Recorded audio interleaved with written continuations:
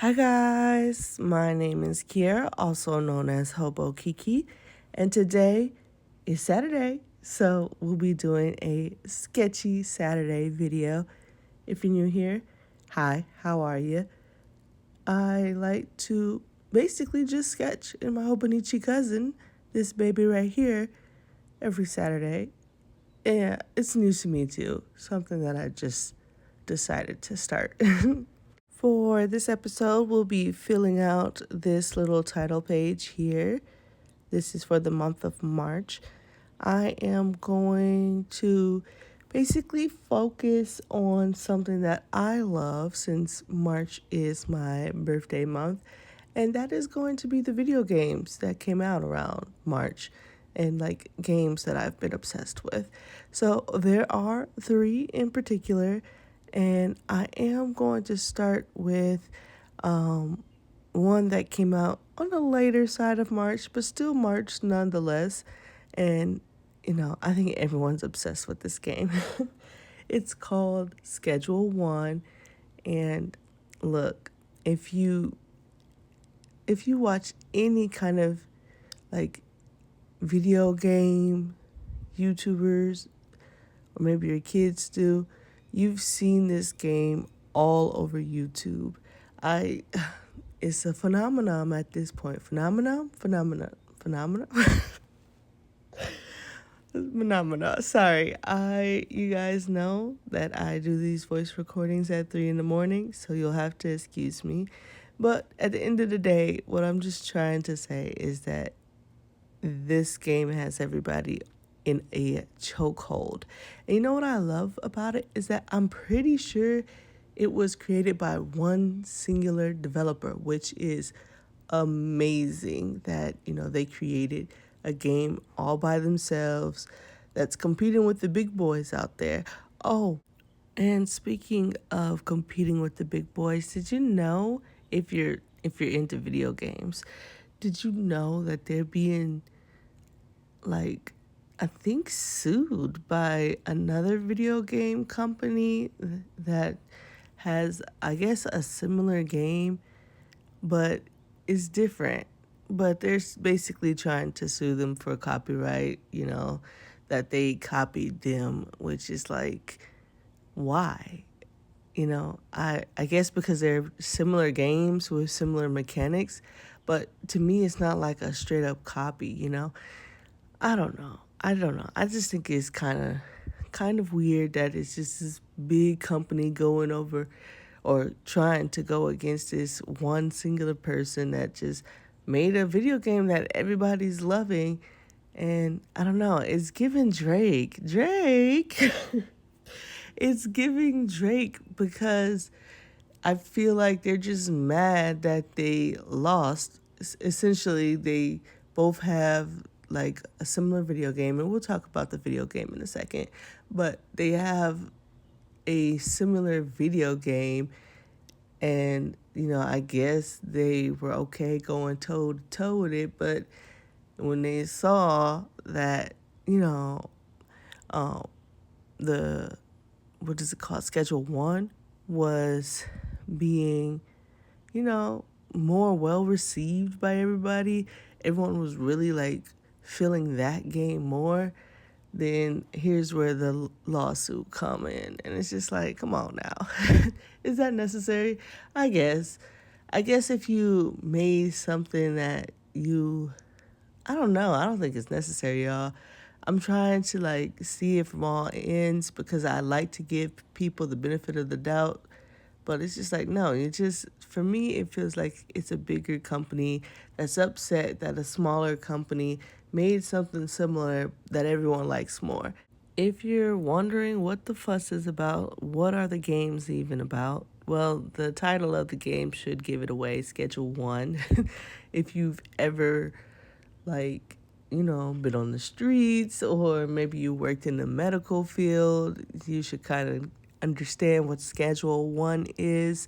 But essentially, it's a game about being a drug dealer, essentially. But I don't know. It's like Sims on steroids. I don't know how to explain it other than it's like a free world that you can roam around in. You could basically do what you want. But, the purpose of the game is to sell drugs, which is terrible. It's terrible, I know, but it's so addicting to play. So, I don't know. It's got a terrible message, but I don't really think there's anything like too wrong with it because yeah, it's like terrible that you're selling drugs, but at the same time, it's like it's just fantasy. There's so many video games where I played where it's just violence and it's like, am I gonna go punch somebody in the face? No. But but I play violent video games. So, you know, that's kind of how I look at it, but I can understand how someone else may look at it and and think that it's problematic. But I would just, I would just say try to just look at it like it's just fantasy, just another form of like storytelling. That's how I look at video games. I don't try to like delve too deep into things and saying, "Oh, if you play this game, then this means that." And no, we're just watching a story play out. And the fun thing about this video game is essentially you create your own story, right? Because it's essentially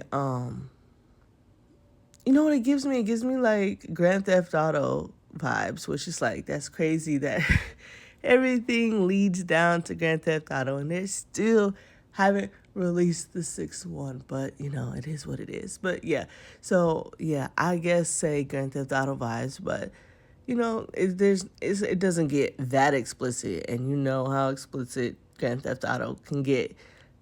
But yeah, it's essentially a wacky little game, and yes, you sell drugs, but it's so wacky and goofy. Like the drugs have crazy side effects where, um, like basically your eyeballs turn into like flashlights. So people's eyeballs turn into like flashlights, and um, let's see, their head may burst into fire, but they're just sitting there chilling. Like, it's wacky, you know what I'm saying? It's not like super realistic.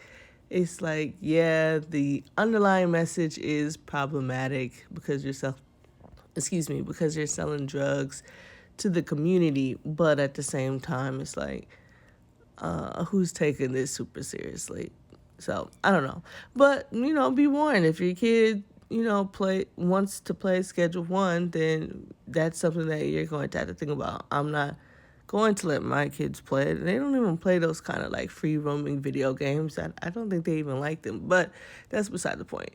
You have to figure out what's best for you and your household. For me, again, it's just living out a story. It's another form of storytelling. Video games have always been a form of storytelling for me, so it's not that serious to me. Moving on to the next video game. This video game actually was released at the end of February, I believe. However, it's still something that, everyone's playing, including myself in March, and it is called Repo. It's another little fun little goofy game.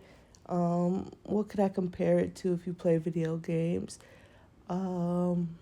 I was gonna say content warning, but not content warning, but I could kinda see that mixed with what's that other game that everyone likes to play with the hazmat suits on? What is that called? I'm gonna have to go quickly look it up real quick.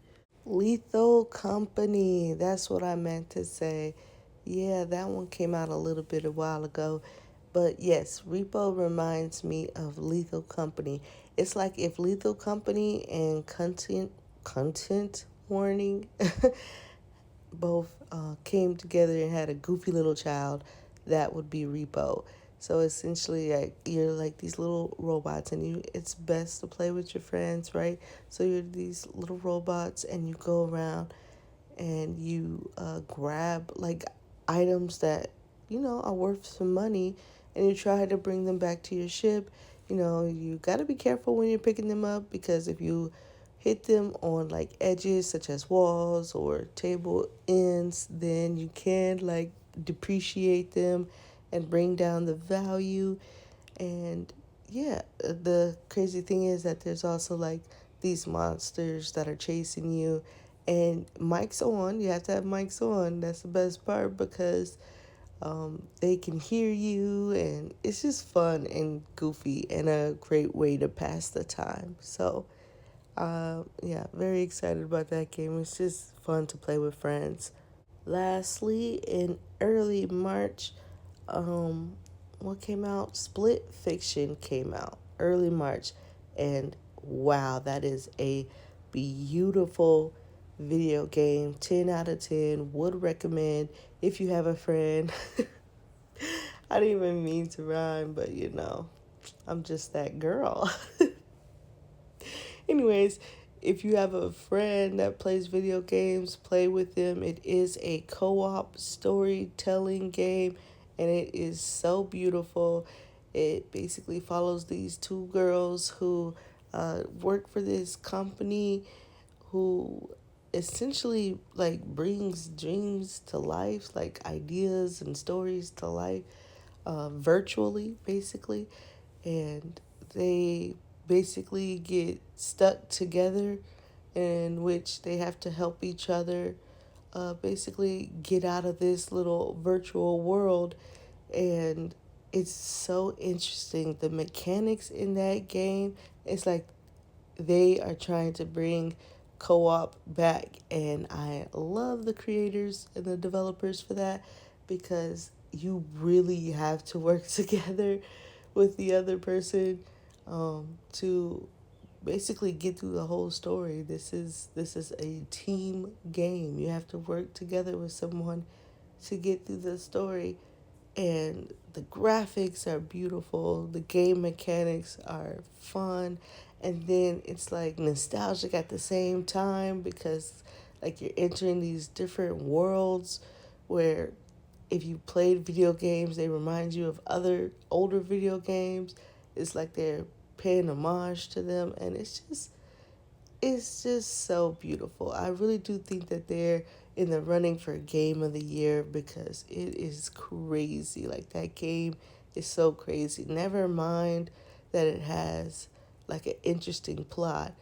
That's also in there, but it's just beautiful. And then like you really have to work with the second player, and it's bringing co-op back, and I love that. This is my favorite game that came out this month just because it's just like it's everything that I want in a video game, right? You have the beautiful graphics, you have the fun and like easy to understand mechanics, but the fun thing about the mechanics is you could be doing everything right, but your partner is doing everything wrong. So it could cause a little bit of bickering, maybe some slight banter, but it's still fun. So it's just, I don't know. It's just fun. You really should play it. It's something that you could easily get into if you're not into video games because it's like a video game essentially about stories and stuff. It's like you really can't die. Like you can die multiple times, but you'll just keep like restarting like right where you left off. So it's like I don't know, I don't want to say foolproof, but like once you understand the mechanics, you'll be able to like get through the game. You know what I'm saying? It's pretty, I don't want to say easy, but it is kind of easy, but the mechanics are easy enough, but it's really a co-op game, so you really have to work together. You have to work with your teammate in order to get through it. And you know if they're not helping you, because that's the fun thing about this game is there are times where you guys are just like doing things by yourselves but together, and then there are times where like you guys actually need to help the other person in order for them to proceed. And so it's just real interesting. I definitely recommend, if there's any game on this page that I would recommend somebody play, it would be Split Fiction. I truly think this video game has something for everybody. If you like sci fi, that's in the game. If you like action, that's in the game. racing, that's in the game, shooting games, that's in the game, fantasy, that's in the game, plot, it has a good plot, that's in the game. So, and like I said, the graphics are beautiful as well, and you really can like explore with your partner as well on different side quests. It's so fun, and it's kind of like, I don't know how I want to explain it, but it kind of just like forces you into nostalgia because you're going through all these different stories, and they have similar mechanics to all these older games or like movies that you may have saw, maybe a little nod to. It's very interesting, and I definitely recommend that you play Split Fiction with somebody. I think it's so fun and so interesting. I think you would like it. I do. I think I can recommend this game in all good faith. Yeah, and that's basically it for all three of these games. These are the games that I've been enjoying for the month of March. Um, let's talk a little bit about the drawing process. I did try to draw as quickly as possible. That was the goal. I didn't want to spend too long on the title page, so this is more so pretty just sketchy, very, very sketchy Saturday. I think the last sketchy Saturday video I posted, I was really trying to like, take my time with that one. And this one, it was just, let's get a few sketches down because it's just a nod to the video games that I've been playing this month. So I did try to force myself to try to draw quickly, but still come up with something just a little decent. I do always try to keep the sketching part in real time so you can see exactly how long it takes me to sketch. So everything that was done in the red pencil, that was shown in real time. I did not speed that up. But the inking process, y'all don't need to sit there and watch me ink for, forever and a day.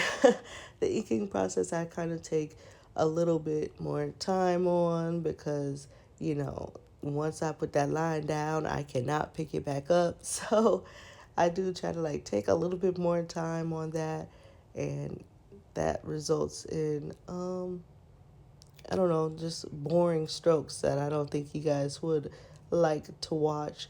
And frankly, I don't like to watch. So I speed up the inking part. But everything that was done in pencil, you got to see in real time. And let me tell you, although I love the video game Split Fiction, I did not like the sketching, particularly the second girl. Zoe, yeah, I kind of did her bogus. I ain't gonna lie. I didn't even tell you their names. But yeah, the girl that I'm inking now is Zoe, and then on the left is Mio, and Mio is kind of like a fireball from the city, who kind of like keeps to herself for good reason. She just got a little wall up. She just got a little wall up, so, and understandably so. She done been through some things, so, but she's a little firecracker. And then you have Zoe, who is like so sweet, little country bumpkin, who just wants to tell her stories, and so kind hearted. I love her, I do, and so I did not do her justice, but I also kind of blame myself for the reference picture that I was looking at while I was sketching her. I don't know why I picked this picture of her, knowing doggone well I have not drawn enough to feel comfortable with this kind of face, because I have not been drawing lots of faces lately. So I have not been drawing different kind of like smiles or frowns and like showing teeth. And yeah, that ruined me. Let me go ahead and put a little picture of the profile picture, or not the profile picture, but the picture that I was using for reference, so y'all can understand what I'm saying here. Why did I try to go for a facial structure that was so complicated? Mm. Had too much dip on my chip. I thought because I liked the last Sketchy Saturday video I did, I could just try all things now. But and then looking back at that one, I'm not even like super happy with that one because Jinx's ear is way too small. But you know, it is what it is. We're not gonna we're not going to just stay on it and depress ourselves because y'all know as an artist, you know, you because you're constantly trying to improve, you're you're finding flaws, which is natural. You want to improve. To improve, you have to find something to improve upon, which means you're constantly critiquing your art, which means you're constantly finding flaws. And that is good to an extent. You shouldn't do it so you're like never liking your art. You know, what I try to do to my art is the same thing that I try to do with people, which is throw that compliment sandwich them their way. If someone asks me for a critique or in the business field, I'll use this, and it's essentially, you know, the compliment sandwich. If I have to say one thing that's wrong, I'm giving you two things that's right, right? So I'll start with something you did right, I'll say what's wrong, and then I'll end with something that you did right. And so that way it's never to be to to make you feel like negative. We shouldn't be leaving off on a negative space because you know, there's always room for improvement, but I do want you to know that you're doing well. And so that's what I do for myself. There is always room for improvement. Find something that you need to improve on to do better, but then like also find what you did right. Like don't don't skip out on what you did right as well. So that is what I do for myself when I'm doing the whole compliment sandwich thing or when I'm just trying to figure out how to improve my art. I do the compliment sandwich thing. Anyways, working on Benji now. He was very easy to draw. I kind of like kicking myself because I could have drawn Jesse. Jesse is so hilarious, especially how Queso plays his playthrough. Like what he does is just so goofy, but I do like a good Benji as well. Love his fro, so I felt like I had to draw the iconic fro. But anyways, yeah, I'm sorry about like all the transitions and the lightings in this particular video. I did draw this at night and I was trying to get different angles in which you can actually see me draw because I realize sometimes when I'm drawing, I do like cover the whole page with my nubby little hand. So you can't really see what I'm doing and therefore there is no point to the video. So I tried to angle it to the side. That way, even if my whole hand is sitting on top of the page, you could still see what I'm doing. So hopefully that makes sense. Hopefully you can see and hopefully you forgive me for the lighting choices here. With that being said, I did have a fun time drawing Benji. I think he was actually my favorite to draw, and he was relatively quick. I mean, he is just simple shapes. But that's basically it, you guys. I hope you liked the video. If you liked the video, dislike the video. If you dislike the video, it's whatever, bro. I'll see you in the next one. Stay safe and stay creative. Bye.